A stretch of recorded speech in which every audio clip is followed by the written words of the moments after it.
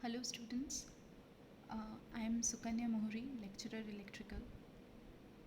During this lockdown period, as we are not able to sit in classroom and clear your doubts, so I am here to teach you the topic electric drives from the subject utilization of electrical energy and traction. So today we'll be discussing on the topics definition of electric drives, the basic block diagram, and the most essential part, why electric drives is necessary.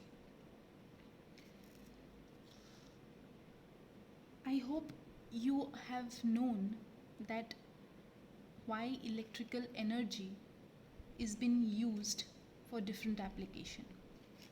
Now we will study that what helps in proper utilization or proper conversion of electrical energy to mechanical energy so that we can have a proper control on a process.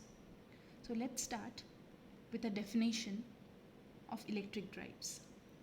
An electrical drive is defined as a form of machine equipment designed to convert electrical energy to mechanical energy and provide electrical or electronics control of this process. So what is that actually mean? So electric drive is a machine equipment. The main target of this machine equipment is to convert the electrical energy to mechanical energy. And for that we need just conversion is not sufficient. We need to have a proper control, because it may happen that we need a proper torque or proper velocity with which the load should move or rotate. So for that, just we supply an electrical energy and the mechanical load will start working. That is not our target. Our target is to control the process, and that is done by electric drive. So what are the inputs of this electrical energy? Those are voltage, current and phase angle. And what about the mechanical output? That may be torque, that may be angular velocity or rotational angle. Okay. Now let's start. What is the basic block diagram that we need to study? For a basic block diagram of a electric drive, we need a power source. That may be a DC, that may be an AC source, or maybe a solar power. And this power source is being fed to a power converter or named as power modulator. Why we basically need this power modulator? The first and foremost importance is this brings the voltage or the current parameters to desired or control level. It means, like, if we choose a motor as per the load requirement, then the motor characteristics we cannot change.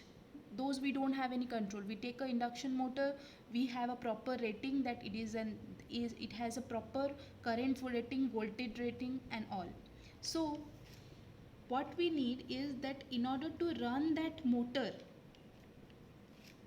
we have to use a power converter, so that which will be of desired value. Next is smoothens the signal. Smoothens the signals in the sense, like, we used a DC, but we need a regulated power supply.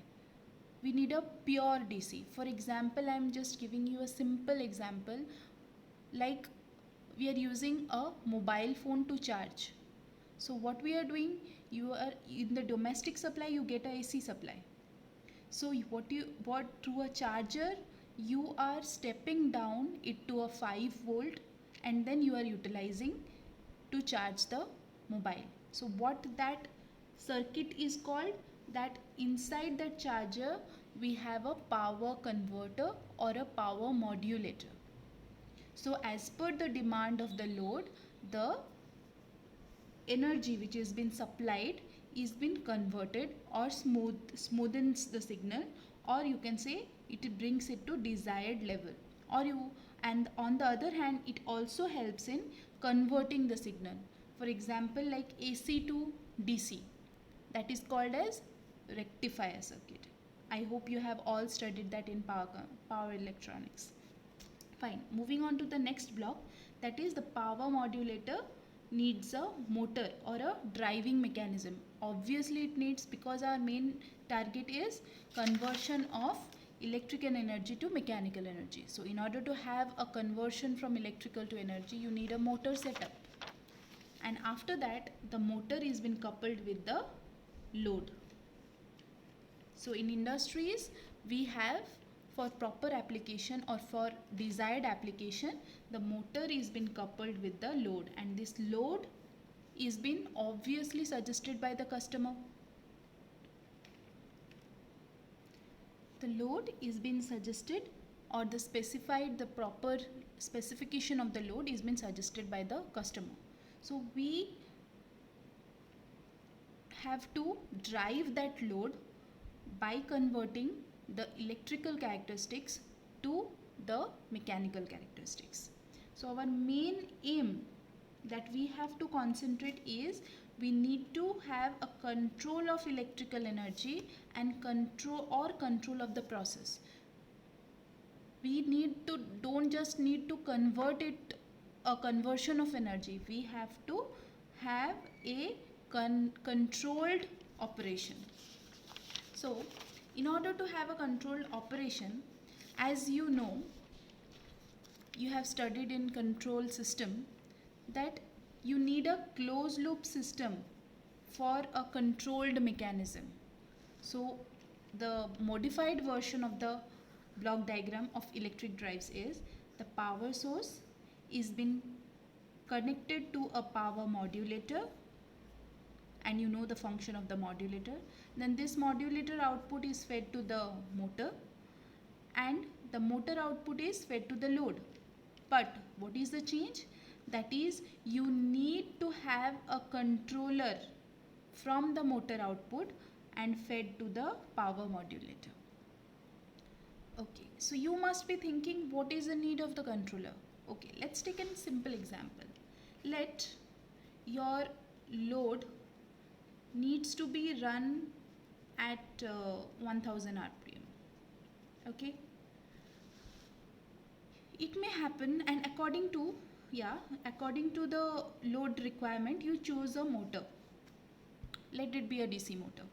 So what is your target? You need to have a fixed 1000 rpm, so that as per the application, the load need to rotate at 1000 rpm. And how will you measure that? That is done by a tacho generator. So what is the tacho generator? Tacho generator is been connected here, and what will it do? It will convert the RPM proportional to the voltage value. Okay, so whatever RPM here it is been showing, the proportional amount of voltage will be fed to the controller, because the controller is not capable of reading mechanical signals. It need to be fed with electrical signal. So if, for example, you have a, and it will always, the tacho generator will always read the linear variation of RPM. For example, like if you have like 100 RPM reads 1 volt. So for 1000 RPM, it will be obviously 10 volt. So the controller needs to read 10 volt always in order to have a constant 1000 RPM rotation. By any chance, if it is less than 1000, by any chance if it is less than 10 volt, then what will be the controller doing? This signal will be fed to the controller, and suddenly the controller will send the signal to the power modulator specifying that please provide more current or the voltage to the motor for a constant 1000 rpm maintenance. Okay, so this is the basic, you can say this is the basic block diagram of electric drive, and the main controlling block is the power modulator and the controller, because power source is already fixed, motor we have already chosen based on the load requirement, and the load is all obviously suggested by the customer. So what we can actually control, that is the power modulator, and the controller is the control block. Fine. Now we know that the load